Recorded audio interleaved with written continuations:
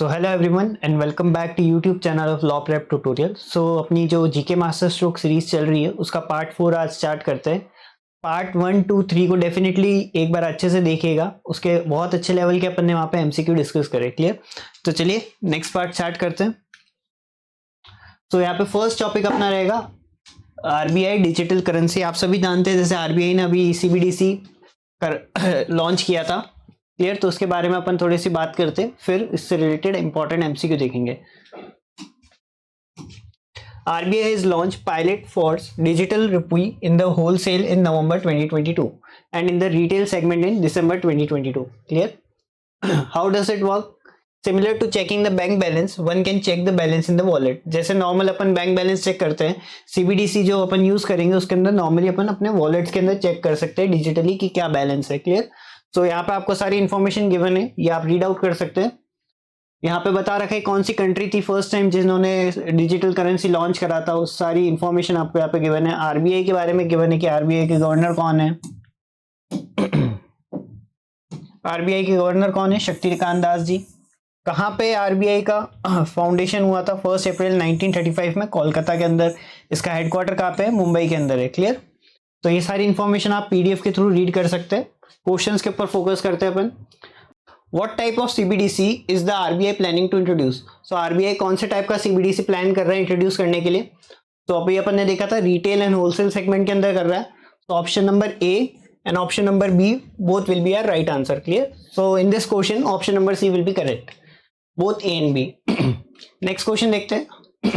How does the RBI CBDC aim to impact cross border transaction?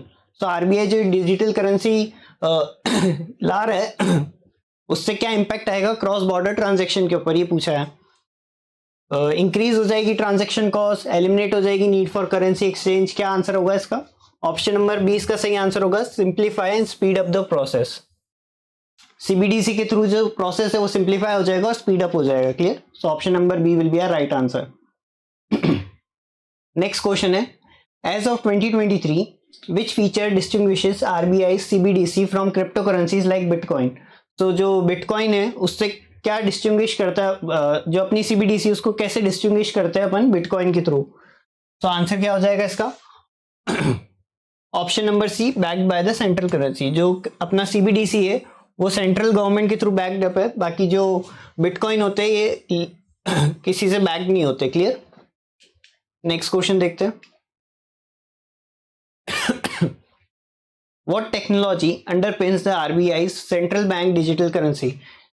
Full form भी important है CBDC का, यहाँ पे मेंशन्ड है सेंट्रल बैंक डिजिटल करेंसी। इसका आंसर क्या होगा? Option number A, blockchain. Clear? Next question देखते हैं। Which of the following is the first country to launch central bank digital currency? तो कौन सी फर्स्ट कंट्री थी जिन्होंने सीबीडीसी को लॉन्च करा था? अभी अपन ने स्टार्टिंग में देखा था बहामास जो थी वो फर्स्ट कंट्री थी जिन्होंने सीबीडीसी को लॉन्च करा था। क्लियर? नेक्स्ट देखते हैं, यहाँ पे सारा एक्सप्लेनेशन आपको मेंशन है, रीड कर सकते हैं आप। The People's Bank of China has taken significant strides in CBDC development. What's the name of its digital currency initiative? तो जो चाइना ने डिजिटल करेंसी का इनिशिएटिव लिया था उसका नेम पूछा है अपन से। तो एबीसीडी ऑप्शन में से क्या आंसर हो जाएगा? Option number B will be the correct answer. तो यहाँ पे फुल फॉर्म भी इंपॉर्टेंट हो जाता है, electronic Chinese yuan. Clear? Next question की तरफ मूव करते हैं। The RBI has issued a concept note on central bank digital currency on. जो उन्होंने कॉन्सेप्ट नोट इशू करा था वो कौन से ईयर और कौन से डेट को इशू करा था, ये पूछा अपन से। तो यहाँ पे आंसर क्या हो जाएगा अपना? ऑप्शन नंबर ए, अक्टूबर 7, 2022 को लॉन्च करा था। Clear? The RBI has issued pilots of CBDC in both wholesale and retail segment. The pilot in wholesale segment known as digital rupee wholesale was launched on sorry so RBI ने जो है CBDC wholesale और retail segment में launch करा था, जैसे अभी अपन ने स्टार्टिंग में डिस्कस करा था। तो जो होलसेल सेगमेंट का उन्होंने लॉन्च करा था वो कौन से डेट को लॉन्च करा था ये अपन से पूछा है। तो आंसर क्या हो जाएगा? 1 नवंबर 2022 को उन्होंने होलसेल सेगमेंट के अंदर लॉन्च करा था। क्लियर? सेम उसी तरीके से जो रिटेल सेगमेंट था उसमें उन्होंने कब लॉन्च करा था ये पूछा है नेक्स्ट क्वेश्चन के अंदर। तो आंसर क्या हो जाएगा? 1 दिसंबर, ऑप्शन नंबर ए। तो दो चीजें अभी अपन ने देखी, जो होलसेल सेगमेंट था उसमें 1 नवंबर को करा था और जो रिटेल सेगमेंट है उसमें 1 दिसंबर को करा था। कंफ्यूज नहीं होना, दोनों के अंदर इंपॉर्टेंट है। Again important question, the RBI has identified how many banks for phase wise participation in retail pilot projects. तो कितने बैंक्स को उन्होंने आइडेंटिफाई करा है? इज इट 8, 5, 10 और 3? तो आंसर क्या हो जाएगा? ऑप्शन नंबर ए, 8 बैंक को उन्होंने आइडेंटिफाई करा है। क्लियर? अब यहाँ पे आपको फाइंड आउट करना पड़ेगा वो 8 बैंक्स कौन से थे। आप फाइंड आउट करिएगा डेफिनेटली और कमेंट सेक्शन में बता सकते हैं मुझे। नेक्स्ट क्वेश्चन देखते हैं, which of the following bank is not included in the first phase launch in the retail pilot project. तो इनमें से कौन सा बैंक है जो कि इंक्लूडेड नहीं था, जो कि फर्स्ट फेज लॉन्च हुआ था उसके अंदर? तो स्टेट बैंक ऑफ इंडिया था, येस बैंक भी था, आईडीएफसी फर्स्ट बैंक भी था। सो बैंक ऑफ बड़ौदा जो था वो फर्स्ट फेज के लॉन्च में इंक्लूडेड नहीं था। क्लियर? तो option number B will be our right answer. So यहाँ पे सीबीडीसी से रिलेटेड आरबीआई के जितने क्वेश्चन थे अपन ने वो सॉल्व कर दिए। नेक्स्ट टॉपिक पे चलते हैं जो कि ब्रिक्स समिट जो अभी जस्ट हुआ था। क्लियर? तो इसके बेसिस पे थोड़ा सा फैक्ट्स देख लेते हैं। कौन सा समिट हुआ था? 15 समिट हुआ था ब्रिक्स का। कहाँ पे हुआ था? जोहान्सबर्ग के अंदर हुआ था, जो कि साउथ अफ्रीका के अंदर है। क्लियर? इसके अलावा कुछ और कंट्रीज थी जो यहाँ पे जिनको यहाँ पे मेंबर के तौर पे ऐड करा गया। कौन कौन सी कंट्री थी? Argentina, Egypt, Ethiopia, Iran, Saudi Arabia, UAE, इन कंट्रीज को भी ऐड करा गया। तो यहाँ पे इंपॉर्टेंट हो जाते हैं इन सब कंट्रीज के नेम, क्योंकि क्वेश्चन पूछ सकते हैं इनमें से कौन सी कंट्री जिनको ऐड करा या फिर नहीं करा। क्लियर? बाकी सारी इंफॉर्मेशन आपको पीडीएफ में मिल जाएगी। यहाँ पे थीम बता रखी ब्रिक्स समिट की, इंपॉर्टेंट है थीम भी। और 2019 के बाद ये फर्स्ट समिट थी इन पर्सन। क्लियर? तो ये भी इंपॉर्टेंट पॉइंट है। इसके अलावा अभी अपन ने जस्ट देखा था कंट्रीज के नेम, फिर ब्रिक्स के बारे में यहाँ पे बता रखा है, तो आप ये रीड कर सकते हैं पीडीएफ के थ्रू। 15 ब्रिक्स समिट टॉप एजेंडास, जो भी मीटिंग के अंदर डिस्कस हुए थे एजेंडा, वो यहाँ पे लिख रखे आपके लिए। इनिशिएटिव्स ब्रिक्स ने अब तक क्या क्या लिए वो भी आपको मेंशन है, ये सब आप पीडीएफ से रीड कर सकते हैं। क्लियर? चलिए क्वेश्चंस देखते हैं। सबसे पहला क्वेश्चन है आपके लिए, first BRICS summit was held in which year and in which country. जो फर्स्ट समिट हुआ था ब्रिक्स का वो कहाँ हुआ था और कौन सी कंट्री में हुआ था, ये पूछा है। सो कौन सी कंट्री में हुआ था फर्स्ट ब्रिक्स समिट? रशिया के अंदर हुआ था। तो इससे अपन अपना आंसर मार्क कर सकते हैं, 16 जून 2009 इन रशिया। क्लियर? ऑप्शंस को एलिमिनेट भी कर सकते, देखो यहाँ पे सारी डेट सेम है, तो कंट्री अगर आपको पता हो तो आप आंसर मार्क कर सकते हैं। Clear? Which Indian Prime Minister attended the first BRICS summit in Russia on June 16, 2009? तो जून 16, 2009 में अपन ने देखा था फर्स्ट ब्रिक्स समिट हुई थी रशिया के अंदर। तो कौन से इंडियन पीएम थे जिन्होंने अटेंड करी थी वो? Option number D, doctor Manmohan Singh ji ने। क्लियर? नेक्स्ट देखते हैं, what is the theme of 15 BRICS summit 2023? So इनमें से कौन सा थीम था ब्रिक्स का, वो अपन से पूछा गया है यहाँ पे। सो यहाँ पे चारों ऑप्शन ही सेम लिख रखे हैं। आई थिंक टाइपिंग एरर हो रखा है, पर ऑप्शन नंबर बी अपन यहाँ पे मार्क करते हैं, क्योंकि ये थीम एक्चुअली सब में सेम ही लिख रखा है, ऑप्शन में टाइपिंग एरर है। तो थीम क्या थी? BRICS and Africa, partnership for mutually accelerated growth, sustainable development and inclusive multilateralism. Clear? Important है ये भी। Which of the following is not the country which have received invitations to join BRICS? Just मैंने आपको बताया था इस पे question frame हो सकते हैं, कौन सी कंट्रीज है जिनको इनविटेशन मिला है ज्वाइनिंग के लिए, किनको नहीं मिला है। तो यहाँ बोला है कि इनमें से कौन सी कंट्री है जिसको इन्विटेशन नहीं मिला है। तो अपन ने देखा था अर्जेंटीना थी इंक्लूडेड, इथोपिया भी थी, इजिप्ट भी थी, एक यूके था जिसको इन्विटेशन नहीं मिला है। Clear? So option number D will be our right answer. Again यहाँ पे सारी कंट्रीज मेंशन है आपको। The new membership is set to take effect from dash 2024। तो जो नई कंट्रीज ज्वाइन हुई है उनकी जो मेंबरशिप है वो कौन सी डेट से इफेक्टिव हो जाएगी, ये पूछा गया अपन से। तो आंसर क्या होगा? 1 जनवरी 2024 से इफेक्टिव मेंबरशिप उनकी स्टार्ट हो जाएगी। क्लियर? नेक्स्ट क्वेश्चन है, the Fortaleza declaration recently in the news is related to affairs of so कौन सी समिट से रिलेटेड है? ब्रिक्स से रिलेटेड है। Clear, option number B will be the right answer. Where is the headquarter of BRICS? Just अपन ने अभी basics के अंदर देखा था, हेडक्वार्टर कहाँ पे इसका? शंघाई चाइना के अंदर है, इंपॉर्टेंट है। What proposals did PM Modi make during his interventions at the 15 BRICS summit? So इनमें से कौन सा प्रपोजल था जो हमारे पीएम मोदी जी ने बोला था ड्यूरिंग द 15 ब्रिक्स समिट? क्या आंसर होगा इसका? Option number D, creating a BRICS space exploration consortium and supporting skill development. Clear, option number D इसका राइट आंसर होगा, इंपॉर्टेंट है। नेक्स्ट क्वेश्चन है, what international alliance did PM Modi propose for the protection of big cats? So ये वाला जो question है आपके लिए होमवर्क रहेगा, कमेंट सेक्शन में आप मुझे बता सकते हैं इसका आंसर क्या होगा। Clear, option number A B C D में से क्या आंसर होगा कमेंट में आप जरूर बताना। नेक्स्ट क्वेश्चन देखते हैं, in which year was the first BRICS summit held? कौन से ईयर के अंदर फर्स्ट ब्रिक्स समिट हेल्ड हुआ था? सो क्या आंसर होगा? Option number C, 2009। एक ही टाइप के ऊपर अपन ने 3 क्वेश्चन देख लिए, एक हुआ था रशिया के अंदर हुआ था 2009 के अंदर, ईयर वाइज भी पूछ सकता है, कंट्री वाइज भी पूछ सकता है। Clear, the New Development Bank was established by BRICS country to fund projects in which sector? जो न्यू डेवलपमेंट बैंक है वो इनिशिएटिव किसका है? ब्रिक्स का है। सो वो बैंक जो है पर्टिकुलर कौन से टाइप के प्रोजेक्ट जो है उसको फंड करने के लिए बनाया गया है। सो क्या आंसर हो जाएगा? Option number D, infrastructure and sustainable development sector के अंदर फंड करने के लिए। क्लियर, नेक्स्ट क्वेश्चन देखते हैं, in which year did South Africa join the BRICS group making it BRICS instead of BRIC? तो कौन सी ईयर के अंदर साउथ अफ्रीका ने ज्वाइन करा था इस ग्रुप को, पूछा गया अपन से। 2010 इसका आंसर रहेगा, 2010 के अंदर ज्वाइन करा था साउथ अफ्रीका ने। क्लियर, नेक्स्ट क्वेश्चन देखते हैं, which BRICS country is associated with the trans Siberian railway, one of the longest railway lines in the world? तो कौन सी कंट्री अपन से पूछा गया है यहाँ पे? तो ऑप्शन नंबर बी इसका सही आंसर होगा, रशिया। इंपॉर्टेंट क्वेश्चन है सारे।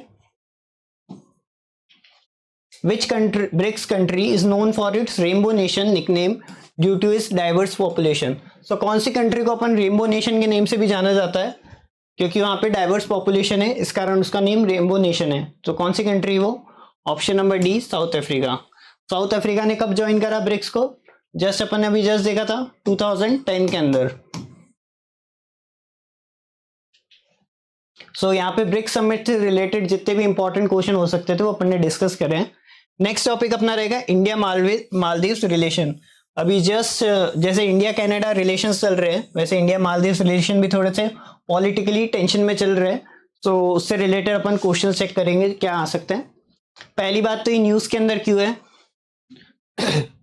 With the elections of the new pro China president doctor Mohamed Muizzu in Maldives. तो अभी जहां पे इलेक्शन हुए थे उसके अंदर कौन जीता है? डॉक्टर मोहम्मद मिजुई जो है वहां के इलेक्शन को वॉन कर चुका है। क्लियर, तो उससे रिलेटेड सारी न्यूज आपको यहाँ पे गिवन है पीडीएफ के अंदर। Ways to mark India Maldives relation, India Maldives के रिलेशन के बारे में सारी चीजें गिवन है। हिस्टोरिक रिलेशन गिवन है,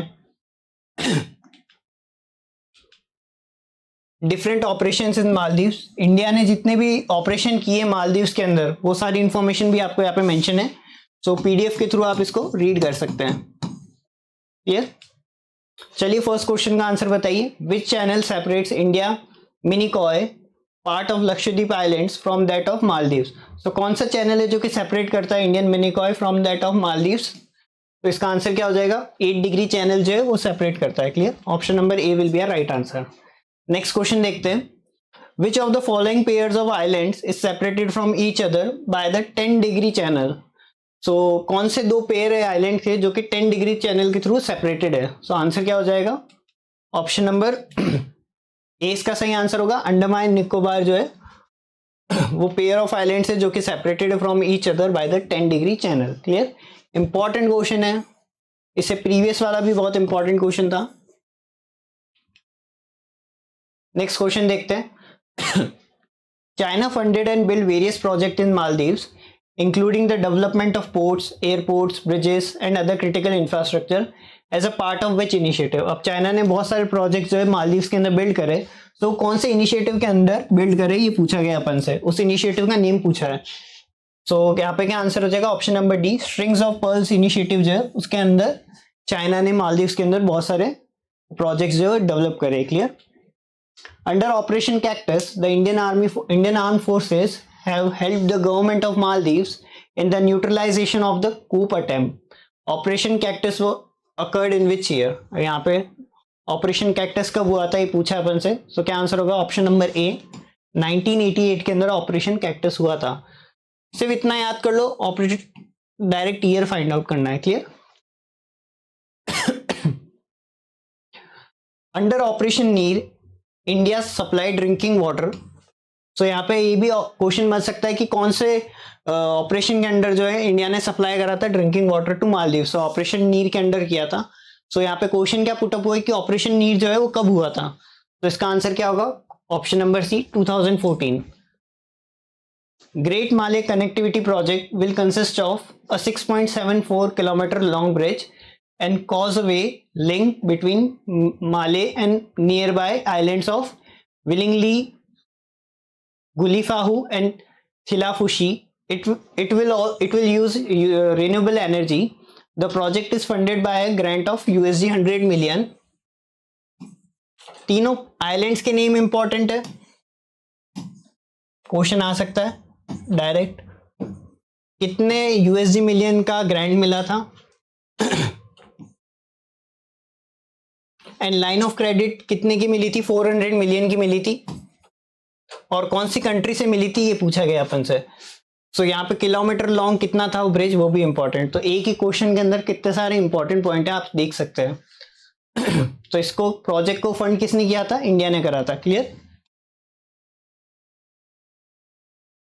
नेक्स्ट क्वेश्चन देखते हैं।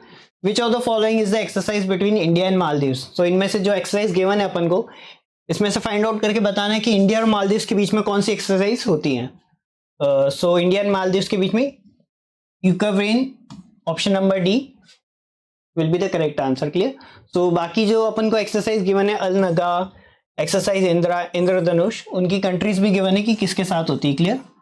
सो आप याद कर सकते हैं, इंपॉर्टेंट ये वाला था वो मैंने आपको बता दिया इंडिया एंड मालदीव्स के बीच में।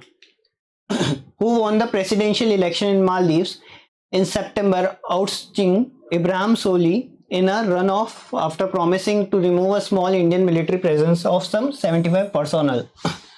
सो अभी जस्ट अपन स्टार्टिंग में फर्स्ट चीज ये पढ़ी थी कि न्यूज के अंदर क्यों है। सो वहां के जो प्रेसिडेंशियल इलेक्शन हुए थे उसमें कौन जीता है? मोहम्मद मिजुई।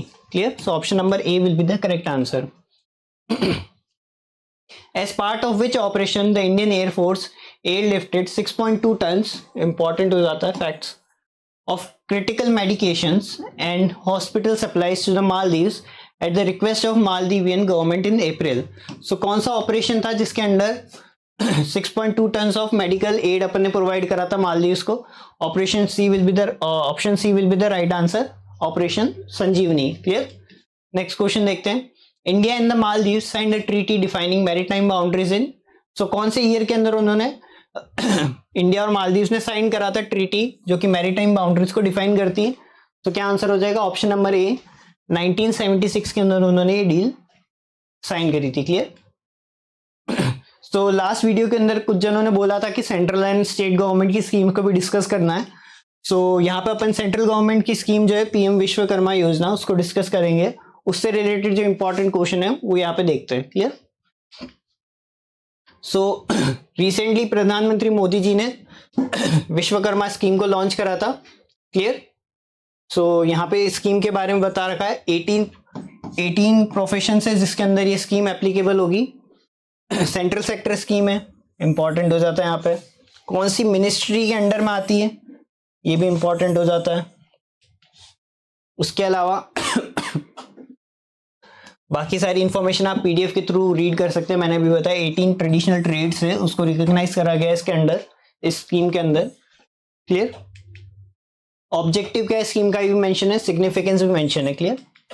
तो चलिए यहाँ से इसका फर्स्ट क्वेश्चन स्टार्ट करते हैं। A tool kit incentive of ₹डैश will be provided to the beneficiary after skill verification at the start of basic training. So कितने रुपीज का टूल किट इंसेंटिव मिला जाएगा उन लोगों को? सो यहाँ पे आंसर क्या हो जाएगा option number C of rupees 15,000 will be provided to the beneficiary after skill verification.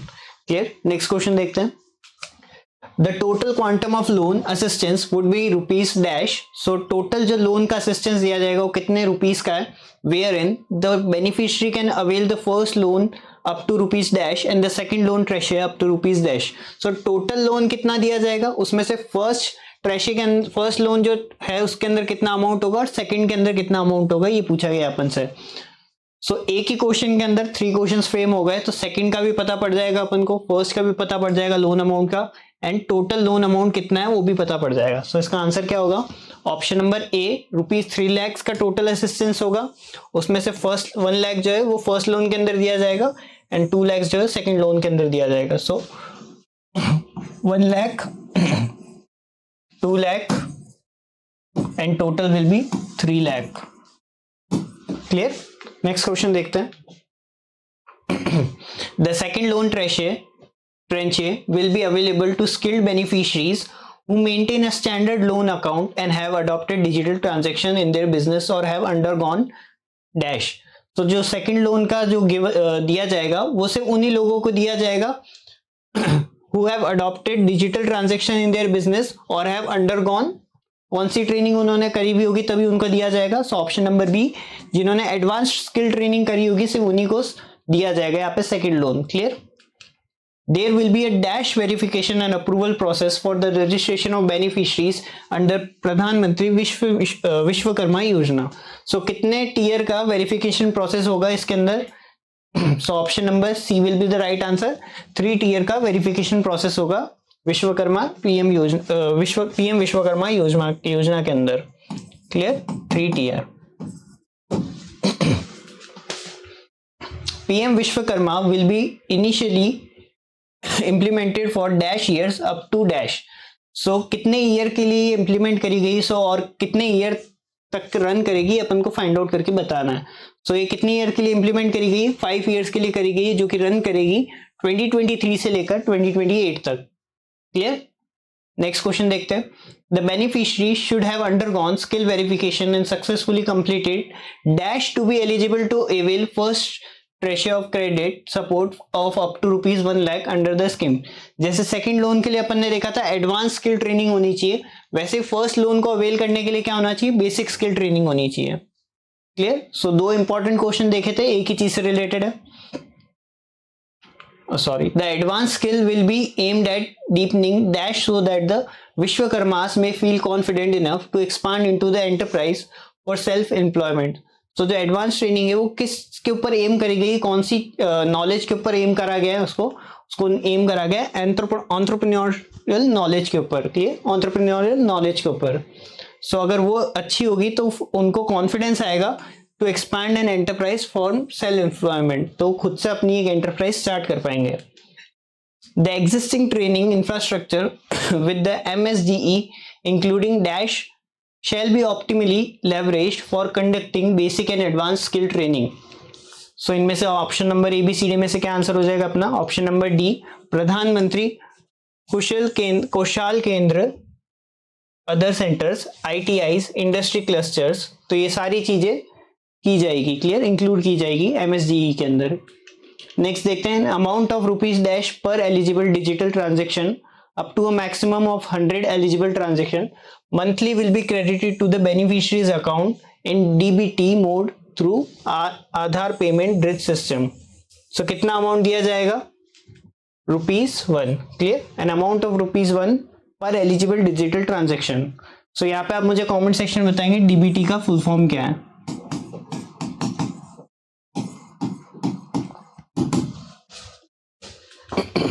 Which of the following is the main objective of the PM Vishwakarma योजना। सो PM विश्वकर्मा जो योजना अभी लॉन्च हुई है उसका मेन ऑब्जेक्टिव क्या है वो पूछा गया अपन से।